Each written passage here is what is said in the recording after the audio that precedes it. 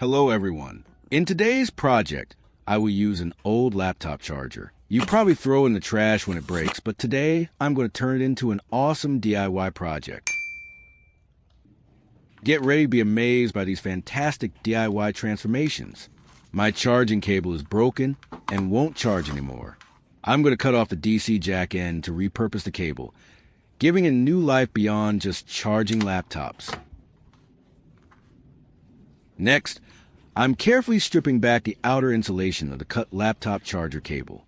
This reveals the inner wires.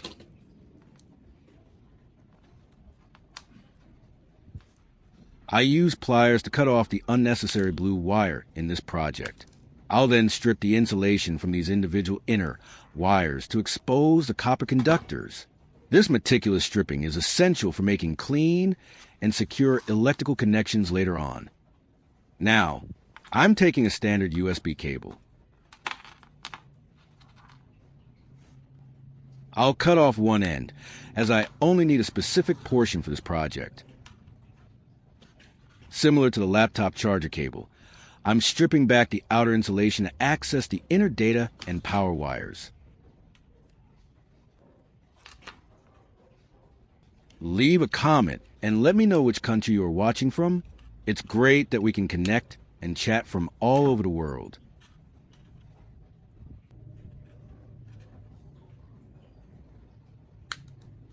Then I'll strip the insulation from these smaller wires.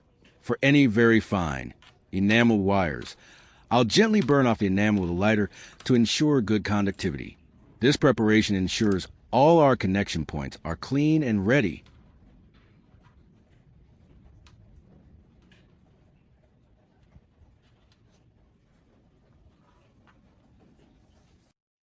To make our connection secure, I'm using a helping hand stand. This is super useful for holding wires steady while soldering. I use a soldering iron and tin the wires.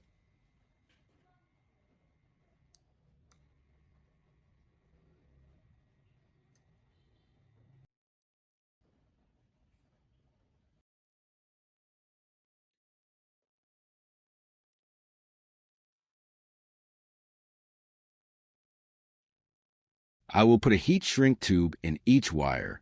Now for the soldering. I'm joining the red wire of the USB cable to the central power wire of the charger cable. Good soldering ensures strong electrical conductivity and a reliable charge.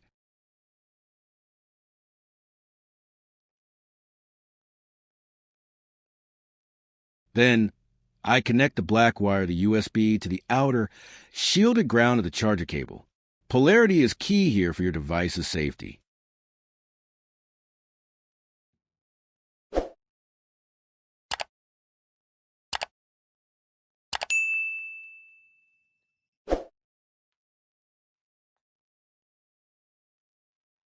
After soldering the wires, I use a lighter to heat the heat shrink wire, helping it shrink tightly and fix the wires firmly.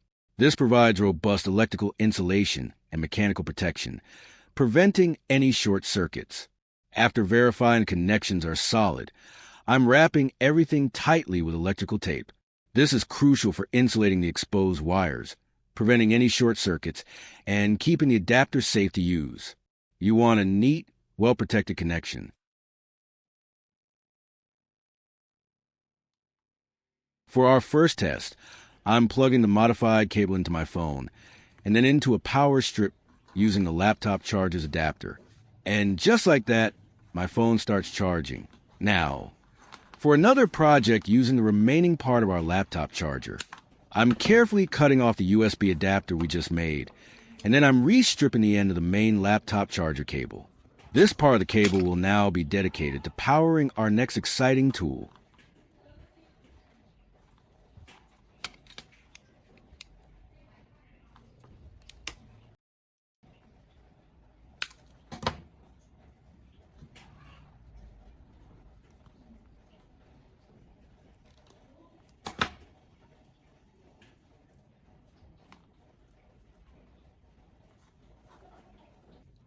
I'm stripping a red wire and twisting the end to prepare them for connection. I ran a heat shrink tube in preparation for connecting the wires.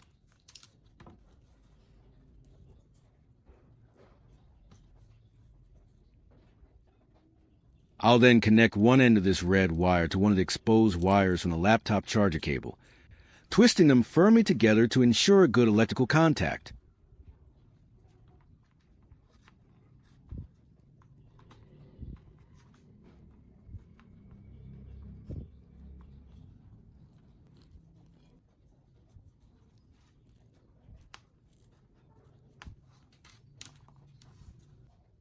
I'm taking a blue wire and doing the same, stripping its ends and connecting one end to the other exposed laptop charger wire.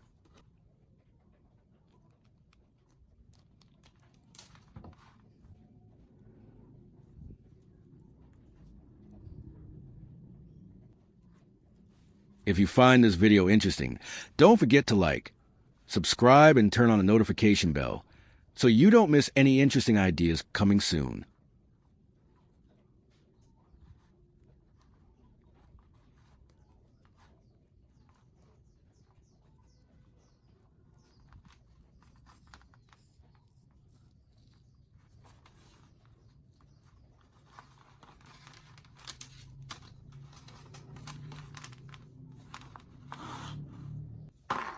Now, I'm taking an old spark plug. I'll carefully use pliers to remove the top metal cap. The goal is to isolate the ceramic insulator and the central conductor.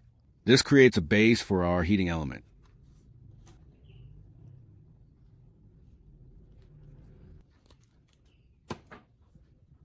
With the parts separated, I'll thread the red wire I prepared earlier through the ceramic insulator.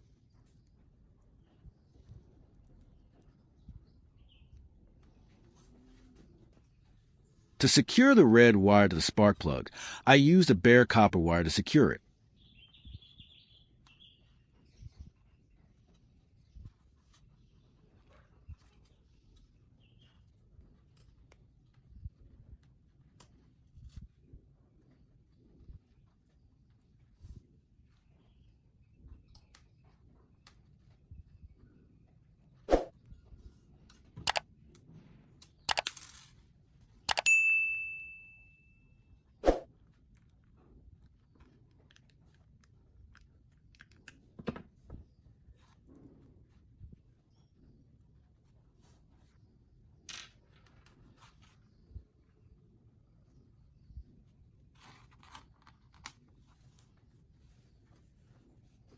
After securing these connections tightly, I wrap them with electrical tape for insulation and stability, which is vital for safe operation when dealing with heat.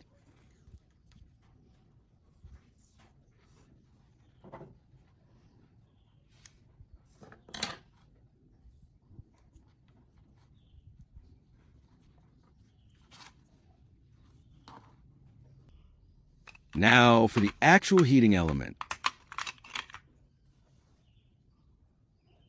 I'm taking a used AA battery and carefully removing its outer metal casing using pliers. The goal is to extract the carbon rod from the center. After completely removing the shell, I will use a box cutter to cleanly remove the plastic layer on the battery.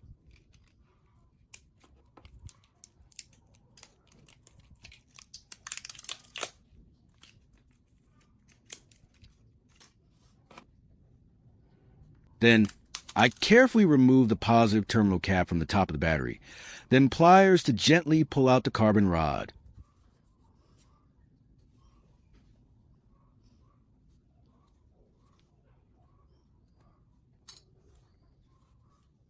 To ensure maximum efficiency and conductivity for our tip, I'll clean the exposed top of the carbon rod thoroughly with paper.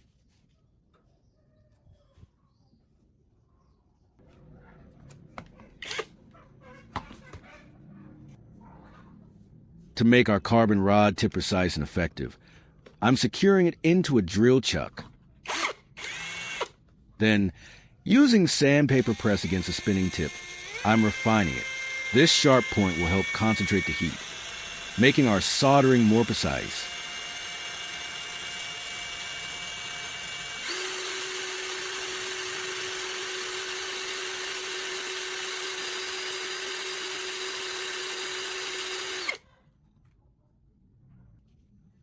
Once sharpened, I clean the tip of the paper while it's still spinning to remove any residue.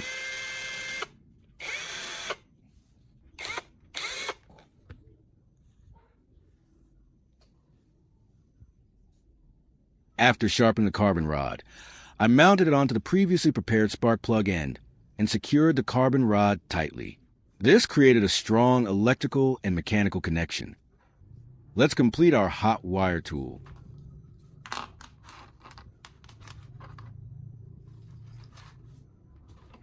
I am using pliers to strip the outer insulation to expose the copper wire.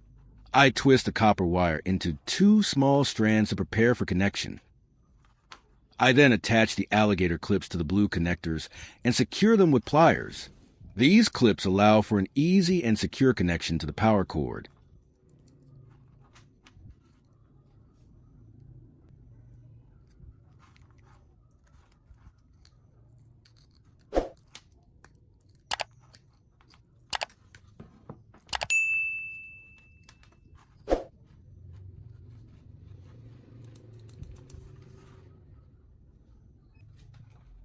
Now for a test of this homemade heating element.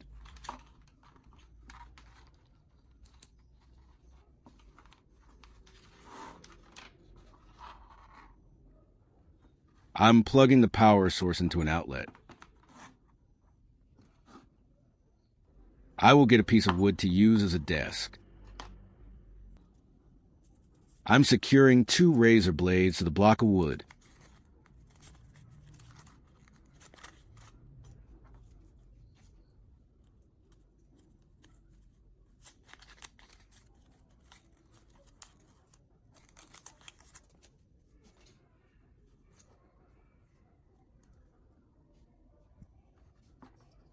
I will connect the alligator clip of the blue wire to one end of the razor blade, ensuring good contact. I'll touch the red wire's heated tip to the razor blade's cutting edge. See that instant heat and how it effortlessly melts through the metal? Watch closely as the heat concentrates, allowing me to effortlessly melt and cut through materials. This small, homemade device is truly powerful and incredibly useful for delicate work. If you enjoyed these projects and found them inspiring, please give this video a big thumbs up, share it with your friends, and leave a comment below telling me what other unexpected tools you'd like to see me create. Don't forget to subscribe for more fantastic DIY ideas. Thank you for watching, and I'll see you in the next one.